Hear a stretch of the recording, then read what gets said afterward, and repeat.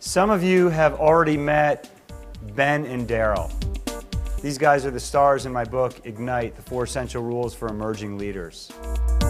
Ben is your typical assertive, bold, take control of my work environment kind of leader. Daryl, on the other hand, is your typical friendly, cooperative, I want to get along with everybody in the workplace kind of leader. These two guys are at another crossroads in their career. They're about to get promoted to be senior leaders, where it's much more complex and chaotic. But this time, they're up against something different. They're up against Peter. And Peter is a force to be reckoned with.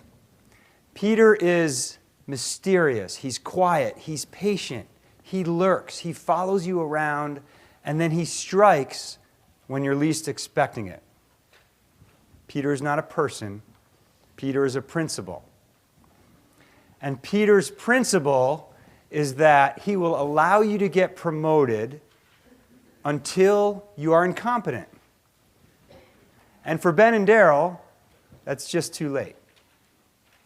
Because when leaders get promoted to the level of incompetence, they lose confidence in themselves, they get stuck, but even worse, there's a multiplier effect across the organization, and it's a multiplier effect of mediocrity. Because incompetent leaders make incompetent decisions, and then every leader in their chain beneath them has to lead at lower levels as well. It doesn't have to be this way. I believe there are 4 key shifts that leaders need to make as they're moving toward those senior levels of leadership that allow leaders to, or enable leaders to balance both results and relationships so that they can unite the people who are around them.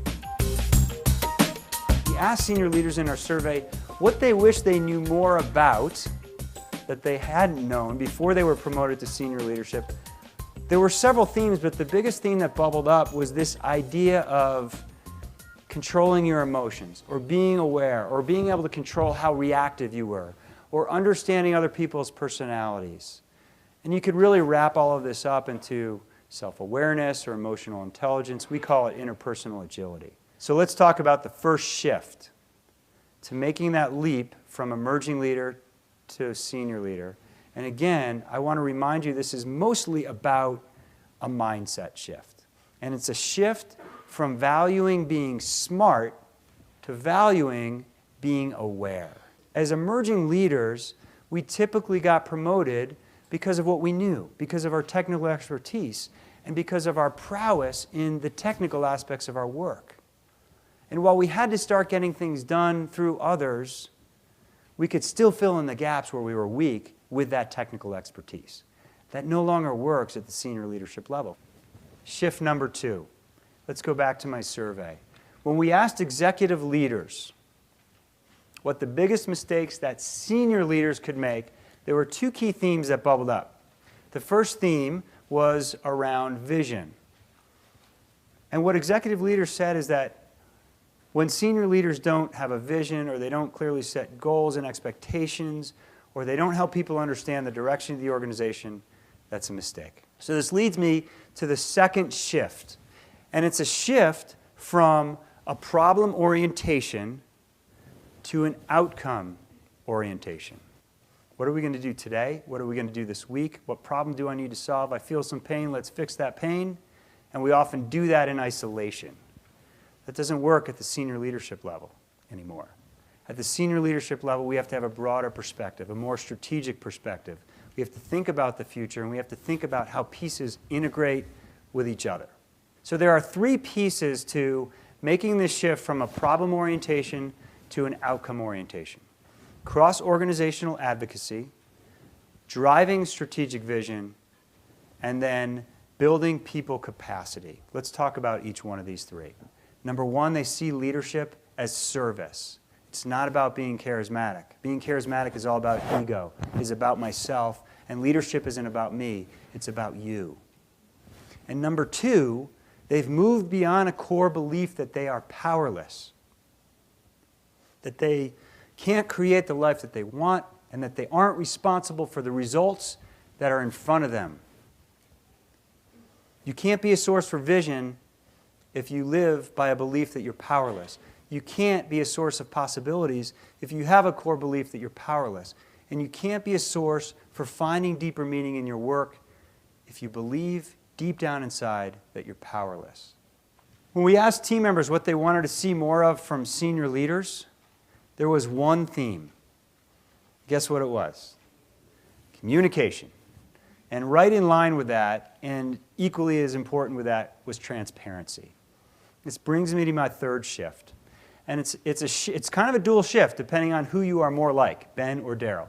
If you're more like Ben, who's so results-oriented that once he creates a vision, he moves right into execution, then it's a shift from forcing compliance to building commitment. And if you're like Daryl, who wants to please everybody and gain consensus from everybody before moving forward, the shift is, instead of focusing on consensus and agreement, to focus on commitment. So this is the third piece of our senior leadership model. We're back on the relationship side of the equation.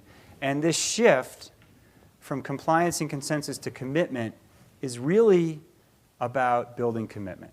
And this is challenging for two leaders. It's challenging for the leader who tends to be spontaneous, who can just sort of wing it, who's really good at just making things happen on the fly. Those are great leadership characteristics, but the best practice around building commitment is being intentional about your communication. This is also extremely difficult for that highly introverted leader because you can't build commitment through email. These are conversations that we need to have with people. So this leads me to my fourth shift, which is a shift from being a task manager, which is very narrowly focused, to being a champion. And a champion is somebody who supports a cause, who leads a cause, who represents a cause. And that's what we need from our senior leaders. It's the fourth component of our senior leadership model, and it's about disciplined execution. And this is probably where our model most closely ties into management. It's about being hands-on or not being hands-on, and part of that just depends on the size of your organization. There are plenty of senior leaders with titles of VP and director who may be more hands-on in a smaller company than they would be in a larger company. What I often see are organizations that have a ton of priorities. And every priority is a number one priority. And when everything is a number one priority, nothing is important at all. So the first component of disciplined execution is creating focus. So those are the four shifts, from smart to aware, from a problem orientation to an outcome orientation, from consensus and compliant to commitment, and from being a task manager to championing your efforts in your organization.